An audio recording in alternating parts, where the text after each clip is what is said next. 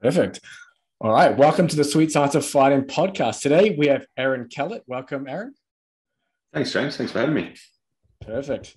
So just to get started, let's do the typical podcast thing. And we'll just have you give a very brief background about yourself, and then we're going to run straight through into the topics. Yeah. So I work backwards. Yeah. Whichever's easier. It's probably easiest. So right now, I'm a physical performance coach with the Australian cricket team. So I've spent the last 20 years working in and out of various sports. From currently Australian cricket. Also spent some time in tennis, where I worked with some ATP and developmental tennis players for Tennis Australia, and also prior to that, I worked in a variety of roles in AFL footy. Yeah, so that's my sort of professional background in as short a summary as I can give you. Awesome. So I guess if there's any American listeners that aren't sure what cricket is, I guess the easiest way to explain cricket would be it's baseball, but the ball bounces before you hit it. I guess would be the easiest easiest way to put it together. That's probably as good a summary. Yeah. And if you're wondering out there as a fighter what the hell cricket and tennis and everything has to do with fight sports, well, we're going to dive into a lot of things that translate. And you also need to remember that the principles of training for sport are universal around all sports. So we're going to try to get into some details now of essentially developing rotational power, periodization, and all that, and how Aaron goes about that in essentially a high pressure environment too. So I wanted to start on the periodization side, because I know we talked about that the other week. And it was really interesting how you see, I guess, the idea of a general preparation through to a specific preparation through to a competition. So how do you see, I guess, the development within that in terms of like exercise selection? Are you going from a very general model for cricket of doing very general stuff then into more specific stuff closer to competition, or is it more about filling the gaps, or is there another process that you're involved with there? Yeah, so as we spoke about the other week, like the classic paradigm that physical performance practitioners go through is this sort of general to specific sequencing, right? Where the closer you get to competition, the more specific your physical preparation activities become. And that's been a sort of tried, tested, and also just generally accepted model for the majority of sports. But I suppose the thing that I've come to appreciate, particularly working in sports like cricket and tennis, really similar as well, they're high density competition. And when you are in competition, there's such a high percentage of really specific work because of the nature of the competition. You're playing and competing and training in your specific skills all the time. You've got so many specific stimuli going into the system that it just begs the question, okay, if we're getting all of this really specific work through this really high density competition, or the closer we get to our competition, then what aren't we getting? And what I'm finding is that it's actually the general work that we're not getting in and around those periods. So it prompted me to maybe flip my thinking on some of this stuff, where actually maybe we've got the sequence a little bit arse about, for want of a better term, with some of these sports, where we look at what we're not getting from our specific activities. When I say your specific activity, what are you not getting from your sport? Yeah. And let's reverse engineer so that we're actually filling the gaps with our physical preparation work to meet the needs of the stuff we're not getting from our sport. So at a very simplistic level, rather than going general to specific, maybe we're actually working a little bit more on some of those special strength, special development type exercises and phases earlier in our preparation blocks. And then as we get closer to our competition, or in this, in the context that we're talking about now, as we're getting into our fight camp and the closer we're getting to our fight, maybe that's when we need to be dialing in more of our general work, because we're getting so much specific stimulus from our specific sporting activity.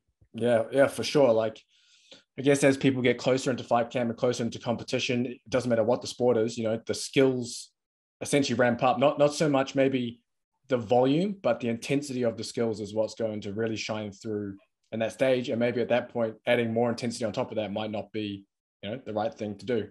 But what do you see as I guess the general skills that you would fit into that kind of period? Is it just like your basic, maybe in the gym, your basic strength work like squats and presses and things like that, or is there more, I guess, somewhat still specific to the sport, but in a general phase? Yeah, like I will. I don't think I'm unique in this, right? And we've spoken about some nuts and bolts programming stuff. You know, you will have all aspects of, you know, specificity from general all the way through to high specificity tasks filtered through your programming, where you should have at all stages of the year, right? So there's for me, there's very, very few times in the calendar year where you wouldn't have what someone might identify as a, you know, special strength or a more specific type exercise for your sport.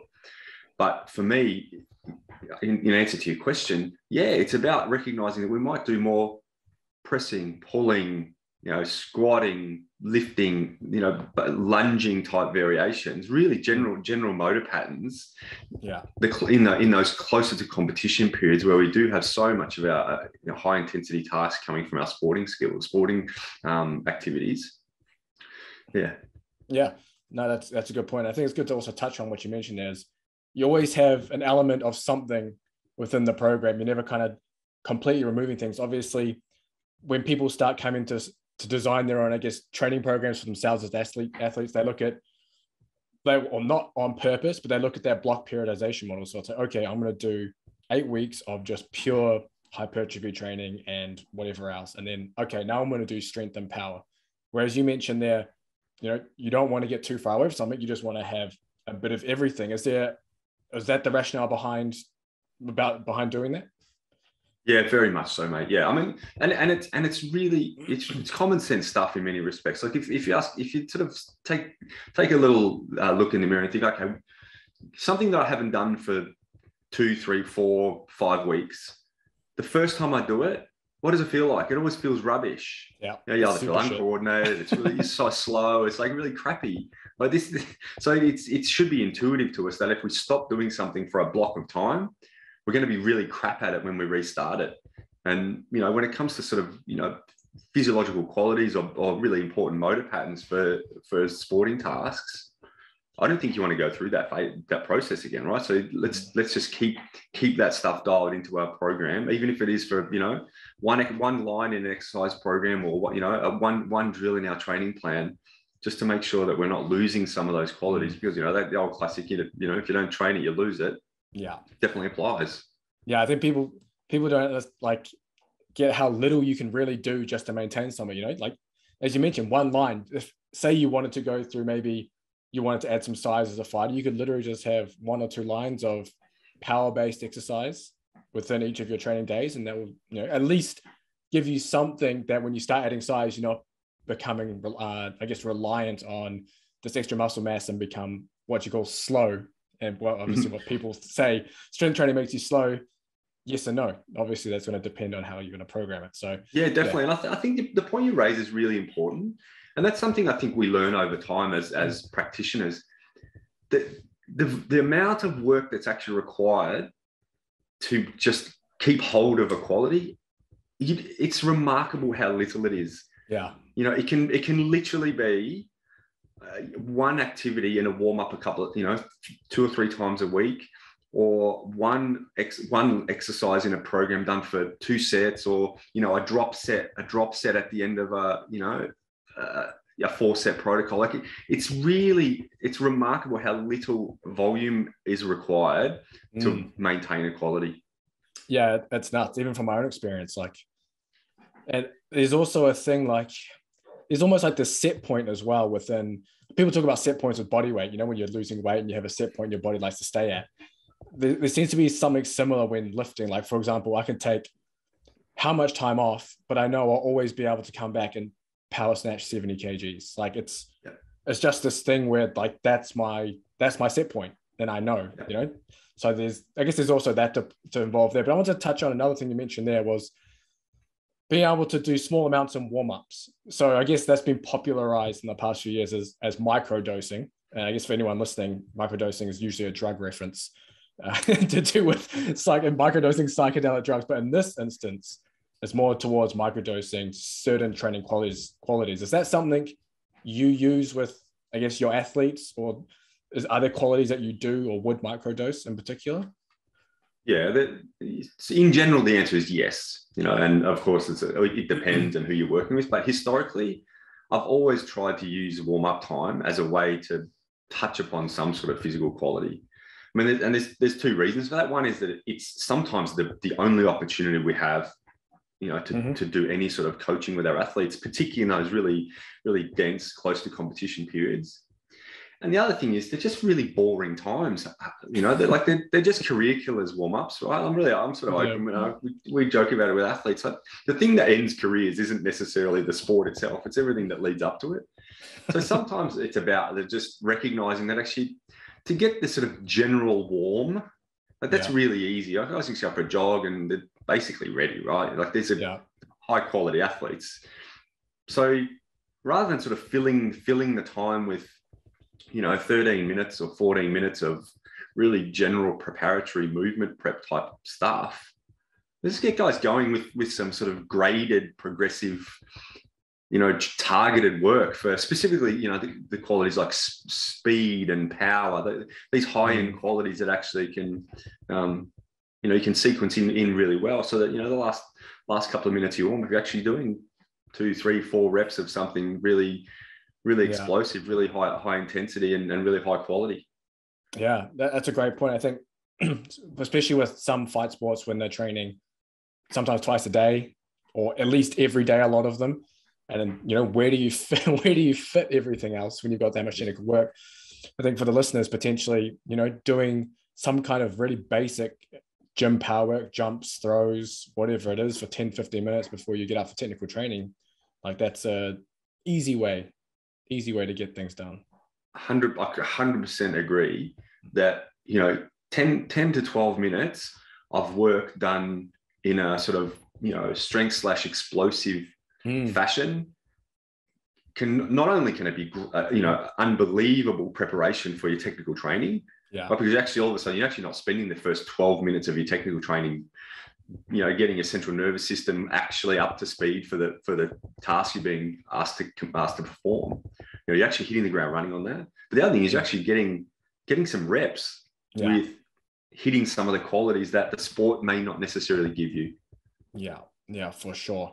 I want to touch on some of these qualities now. I know there are some qualities within cricket itself that transfers well over to fight sports, specifically the rotational power element with cricket. Obviously, batsmen, especially, I guess within all formats of cricket, but even with probably more so within T20, just because people are just trying to bash sixes for 20 overs. So what's your approach to developing, I guess, rotational power for cricket players? Yeah, and throwing and bowling, and throwing too. Yeah, like they're all sort of, for want of a better term, and without sort of getting too like these are proximal to distal sequencing events, right? So essentially, it's ground up. Is the best way I can sort of describe it, right? So this is no different to striking. So really, it's about recognizing that firstly, we need to understand that sequence. Right, so that it is ground up, and the other part is that it's somewhat plane specific, right? So some of our sort of general tasks may meet certain parts of the sequence, but we actually need to train the entire sequence really well. So for hitting and throwing sports, understanding that things like cables and medicine balls and other implements that you can throw are hugely important. They're hugely important because they actually sit in this sort of category or classification of special strength, for want of a better term, right? So it's actually they play an unbelievable bridging role between some of the slower force-oriented tasks that you might do with your more general type work and your really high velocity specific tasks where actual throwing, hitting, kicking, the actual sporting tasks themselves. So they play a really useful bridging role. Things, weighted implements are really, really important. And, the literature supports their use as special strength, special development type exercises. Yeah, nice. Are there any specific go-to exercises that you really like to use that are kind of like your bread and butter that you always program? Yeah. Various plane, various direction med ball throws are always in there. Yeah. You know, we're always throwing med balls, whether it be in warm-ups or in gym programs. We're always flicking med balls around in various planes from various positions. Do you have a weight preference on that? Do you think there's a med ball that can be too heavy for that kind of work? Yeah, it can. And I know there's some really smart people looking at sort of the ability to profile some of that stuff. But I think as a coach, particularly in an environment where we're touring a lot, I'm using my eye a lot to understand where is the movement breaking down, and where is the speed starting to fall off a cliff from the types of movement speeds I'm trying to see from my athletes. So definitely, so with our batters, you know, we're generally not working much more than sort of 5 or 6 kilos in general. Because, and again, part of that is, as a coach, I probably use cables for the slightly slower movement speeds, so that when we actually are transitioning and using the implements we can throw, medicine balls in this case, we can actually really get them moving. And just rip it. And really rip it, yeah. Yeah. Because I don't have the luxury of hydraulic cables, right? So those are really useful, you know. So, you know, in tennis, for example, you know, having the Kaiser cables was really powerful. I wanted to make sure they were in our gym, because the ability to really rip those things are great. So I think for fighters, you know, pneumatic cables, pneumatic resistance is brilliant. Nice, and they provide instant feedback too. So correct. I mean, you're looking at the numbers as soon as you're doing them. 100%. Yeah. That's awesome. Do you ever complex your rotational stuff? For example, maybe a heavy cable rotation in the throw? Yeah, more often than not, that's exactly how I program it. Yeah. And to the point where we might stay, you know, same plane, same sort of motor pattern, or equally, I'll oftentimes use general task, you know, trap bar deadlift, into a sort of more special strength task. So trap bar deadlift sequence with med ball hip toss, med ball shot throw, that type of stuff. Yeah, I like playing around with the different ends of the force curve. Yeah, I like that idea too, just for the fact that if you're doing a heavy trap bar deadlift, you're using the legs, and you're going to try to take that feeling over to the throw. You know, I guess it's another teaching tool with that as well. So. Yeah, I agree, and that talks to that sort of, you know, that ground up approach, that proximal to distal sequencing. I think that I agree, that works really well, and is part of the reason why I like that approach. Can you talk a little more on? You mentioned, I guess, training over the whole force velocity spectrum for the listeners. I guess listening to this podcast now, you know, why do they need to train at essentially different speeds and different loads within their training? Because obviously, for anyone not listening, force velocity spectrum, essentially high force movements, for example, heavy squats, then you've got high velocity movements, maybe like jumps, and then everything in between. So is there a reason you like to cover, I guess, the whole spectrum? Yeah. So if we look at more often than not, they are sporting tasks, right? So let's keep it sort of context specific for the sort of fight environment that we're talking about, right? For the combat environment. These are really high speed tasks generally, right? That, you know, so how can we raise the performance of that high speed task? So right now, you're capped out by your current capacities, right? We can't sort of train faster than that unless we use some sort of external sort of stimulus, right? Some overspeed type stimulus. That's really hard to do, and really sort of gets a bit murky, right? So one way we can do that is actually to bring essentially all of the sort of profile of that movement and raise it and shift it to the right, right? I don't want to get stuck on the sort of jargon a bit, right? Because that's a sort of black hole. But essentially, by training that motor pattern or similar motor patterns at different points on the curve, so we train it, you know, really heavy and really slow, and we might train it moderately heavy and moderately fast, and then also train it, you know, as close to the speed with a little bit of overload involved. we can essentially raise your physiological capacity to complete the task more quickly, more explosively, with more grunt behind it, for want of a better term. Have you got an example, say for rotation, or even for any of it, an example of slow high force, that middle area, and then a very fast one, just for the listeners? Yeah, well, the example we sort of spoke to earlier, I think really applies, right? So something really high force or is actually, so rather than say a trap like that, this is more of a sort of a general task. I think you had Graham Morris on a few weeks ago, right? He's used some really high force isometric type activities, right? Yeah. So where you might actually be doing some pushing in a rotational fashion against an immovable object. Yep. Right? So that would be classified as that really high force task. And then we might go into a heavier cable rotation or a rotational sled pull. Those types of things, right? Where they're sort of moderate speed, moderate force, and then going towards more of a lighter medicine ball rotational throw versus into a wall. Nice. That's a really nice sequence, I think, there we actually can work some really high force isometric type tasks through to really explosive. And if you're short on time, you could do that all within like a giant set as well, couldn't you? 100%, yeah, definitely. Yeah. And I think those approaches work really well. Or an alternative way to do it is actually where you have the movement featured throughout your workout. So let's say it's you might have a 20-minute workout and you've got three blocks of paired or tri-set exercises put together. You might have the isometric right up the front end with another general lower body task. Yeah. And then you might have your rotational cable or your rotational sled pull in with an upper body pulling exercise. And then, you've got your high speed med ball throw in with your upper body push or something like that. Nice. Yeah, that's a good sequence. So for listeners who are maybe short on time, that's a really easy way to get essentially a short session in, but still develop those strength power qualities. You cover the whole curve and you're good to go. I think so. Yeah.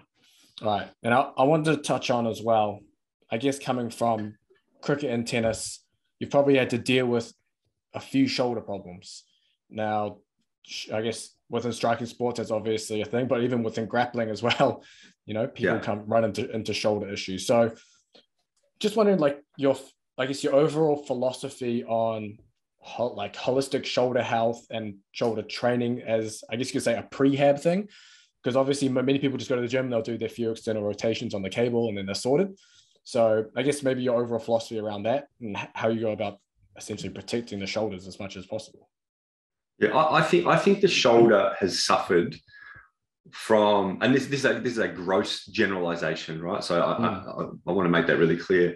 But I think, as a general rule, I think the shoulder has suffered from being understimulated in the majority of sporting environments. I think we've understimulated the shoulder complex a lot because we've sort of gone with that sort of rehabby sort of structure with the way we're going about things. And I'm not saying that some of those activities, so your external internal rotations, some of your more sort of fine motor tasks aren't really important. But I think there's an overabundance of those tasks and those exercises exclusively being targeting your shoulders. So I think one thing that's important, we have to put some load into that thing, right? And we could do that safely, and we could do that with some strategy and some sequencing. But we've got to put some load into that thing. The other thing I think is really important is we actually put some bulk around it. And I don't mean that we need to become muscle bound, but I think we need to put some bulk around our shoulder complex. And the only way to do that is actually with some overload and with some stimulus, right? Mm-hmm. So, getting really strong in your horizontal pulling is really important. Being able to provide good breaks for your glenohumeral joint, I think, is really important at the scapular level. So get really strong on your pulls, get really strong on your bench pulls, your dumbbell rows, those types of tasks. Work overhead. So if you've got some limitations on range of motion, then attack those so that you can go overhead. I think what's happened a lot is we've we've hit an obstacle in going overhead because we've got a range of motion problem, and that causes then, really crappy movement, and then we put dysfunction on dysfunction, and we get injured, right? Yeah. So like overhead work is no good. Well, no, it's because we didn't address the underlying problem, which is got a range of motion restriction. So if we address those, then we can go overhead. Mm-hmm. So I think that's really important, particularly for overhead athletes, right? And striking, upper body striking is not necessarily an overhead task, but I've grapped. I'm an amateur jiu-jitsu guy.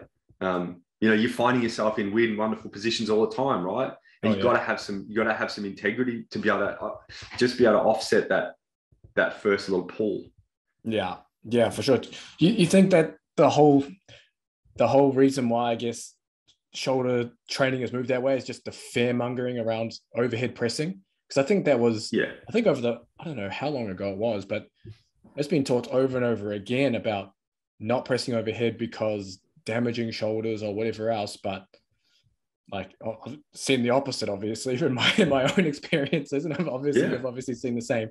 Do you have any overhead variations you really like to use then? Yeah, so I always like, I love push pressing. I love push pressing, but one arm, two arms, barbell, dumbbells, landmine pressing, love it. Always using it. Awesome. And then you mentioned about adding some bulk. Is that through only just the pressing, or are you using some kind of isolation stuff as well, like lateral raises, rear delt raises? Yeah, absolutely. Yeah, regularly using isolation work. Horizontal shrugging movements. Band pull aparts. These are really important. Yeah, the good old fashioned lateral raises, front raises, rear flies. I think they're really important. Nice. Are you also addressing within that any kind of like thoracic issues? I don't know if you have a lot of thoracic issues within cricket. I guess most they do. Yeah. Is it mainly similar things where it's what, like stuck kyphotic postures, or is it just stiff in general? Yeah, I think these are really, really universal problems we tend to encounter, right? So you sort of these blocked sort of lack of extension, and then obviously that impacting your ability to rotate as well. Yeah, so these are always challenges for us. So building that, I think that's really important. You build that in. Do you have anything in particular that you've found works well for improving that thoracic rotation or even extension? Yeah, so generally, what I'll always try and build in is we'll use, whether it's a foam roller, a medicine ball. We're always doing some extension over there, and using upper body movements to force us, but essentially to promote those positions. Yeah, nice. I actually wanted to come back. I had a question. I just remembered again from the rotational power stuff. I see it quite often, and I personally don't like it, but maybe I'm completely wrong on it. And that is, for example, people doing, I think the exercise that does the most is using the landmine rotation, and they'll do the landmine rotation standing completely still, and the torso will be straight, the shoulders will be straight, and it's just moving side to side, kind of like an anti-rotation. Yeah. The way I like to teach it is purely I want the hips to turn with every rotation movement ever. Doesn't matter what it is. I don't want it to be still. I don't know. Is that something that you teach, I guess, within your exercises to your athletes, or do you find a place for that kind of anti-rotation where you're stuck in place as well? Yeah, I find a place for it, and the rationale I'll sort of float is that in a lot of these sort of rotational output tasks, one of the performance discriminators. So if I'll use fast bowling or sort of pitching, baseball pitching as an example. Hip shoulder separation is actually a discriminating variable for ball speed. Yeah. So the ability to actually dissociate our hips and shoulders is critical. So that's where sometimes variations where you actually like intentionally fixing the pelvis or fixing the hips and promoting shoulder rotation can be useful to encourage that understanding, that awareness, but also some of the physical qualities that are associated with that. But for me, that can't be your end point. Yeah. That's really important. That can't be your endpoint. So if that's all you're doing, then I think you're only addressing half of the performance question. I think then what you're describing is really important. They're actually then going back to a more complete proximal to distal ground up sequence. Yeah. Okay. Now that makes sense. That the upper lower dissociation, I like that concept. I guess Franz Bosch, made it popular really from his stuff. And I really like that idea. Obviously, that's something that I've brought into team stuff I've worked with in rugby and things. Just being able to do something with the upper body, ball play, whatever it is, but maintain speed, at the same time. Fend, whatever step. Yeah. Yeah. And in these rotational tasks, right? So specifically, punching, throwing, fast bowling, they talk about upper body lag, right? So the ability to actually be generating force in the direction you're trying to throw with your pelvis starting to generate that force, but your upper body is actually, easiest way to describe it, the elastic band is stretching. Yeah. Right? So it's that separation that's creating the stretch that is then utilized later in the sequence. That makes sense. Yeah, that makes sense. That's a nice analogy, that one. I also want to touch on, you talk about plane of movement. I guess that comes down to what's being coined as the force vector theory, essentially being able to do exercises in similar planes of motion to whatever it is you're trying to do. Do you want to give me your thoughts on that? Do you think, there's obviously been people coming out against the idea that there is no extra transfer. Do you find that there is transfer for you regarding doing stuff in certain planes of motion to transfer over to certain skills?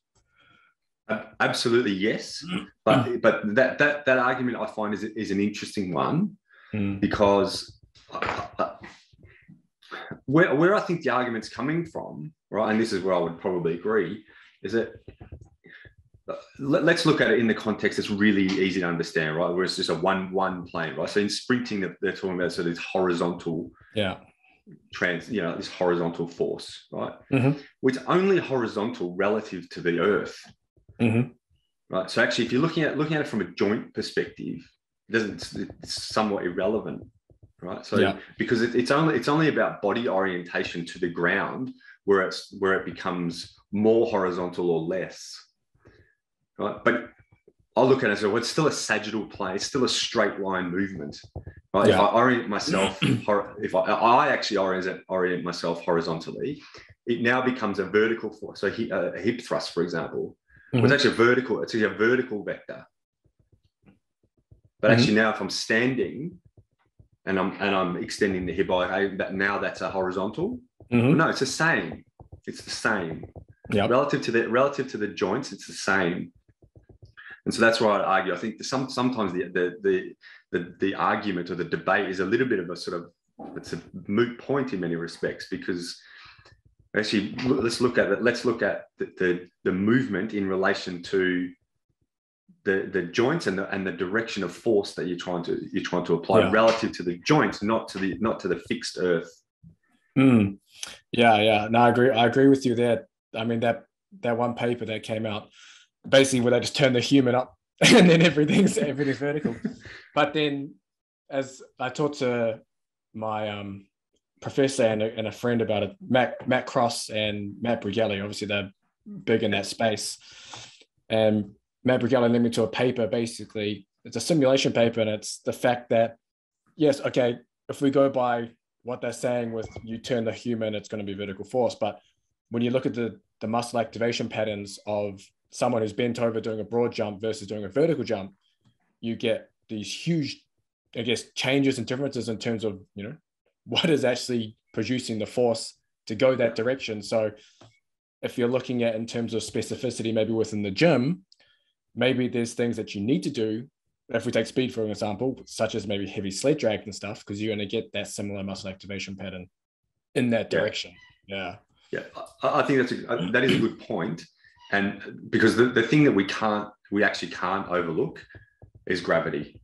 Yeah. Right. So gravity is a variable that we absolutely have to take into account when we're considering the stressor we're imposing on the athlete. That's what I get from your description of the discussion with Matt and the guys. Yeah. No, it's an interesting one. It's always an interesting one. And I think potentially in sports that have more of a rotational component, it's more applicable, just because if you don't specifically try and train rotation in the gym, you're just not going to get it. It's just not available in a normal gym program. You go download a gym program from anywhere, you don't have rotation. Very rarely will you have some kind of maybe carry or lunge pattern, very rarely. So, maybe that's just something that people might need to look at and address within their program so they can move in maybe lateral, rotation, etc. Things that are neglected. Yeah, correct. I mean, I think even just sort of take a step back and just general daily tasks, right? I think these are also really important capabilities that we want to maintain, right? The ability, like a lot of our daily tasks involve these types of movements, right? We may not be trying to do it at really high speeds, but these are really important abilities, right? Yeah. But it's very rare for us to do something in one plane of movement in our general life. Yeah, for sure. You mentioned you do jiu-jitsu then. Is that what you mentioned before? Yeah, I have in the past. Yeah, definitely. I haven't been able to train whilst I've been on the road a lot, and that's something my boy's 4.5 coming on. He turns 5 in July, so it's one of the milestones I've been really looking forward to. Because I think as a parent, I think martial arts are really, really important for young people where they develop so many qualities. So I've been really, really excited. There's a nice little landmark. He turns 5 and actually start training again. Nice. Together, not with each other, but yeah, we can find him a club and we can get back into it. Yeah, you have to make sure you train, otherwise he'll get better than you. No, that will absolutely happen. Yeah. Oh, perfect. Now, this has been a great chat, Aaron. I really appreciate it. I hope the listeners got something out of this. They can add to their own training. But I mean, is there anywhere people can find you, follow what you're doing, websites, anything like that? Yeah, most of my professional sort of contacts and communications are happening via LinkedIn. So yeah, if anyone's sort of professionally looking to get in touch, definitely reach out on LinkedIn. I post a little bit on Instagram, but generally that's most pics of my kids and videos of my family. But there's a few sort of professional stuff in there. But definitely LinkedIn's the platform from a professional perspective for people to reach out if they want to get in touch. Nice. I'll put that in the description anyway. So if anyone's watching on YouTube or listening on whatever platform they are, it'll be down there. But thanks for coming on, Aaron. I really appreciate it. Great, James. Thanks for having me, mate.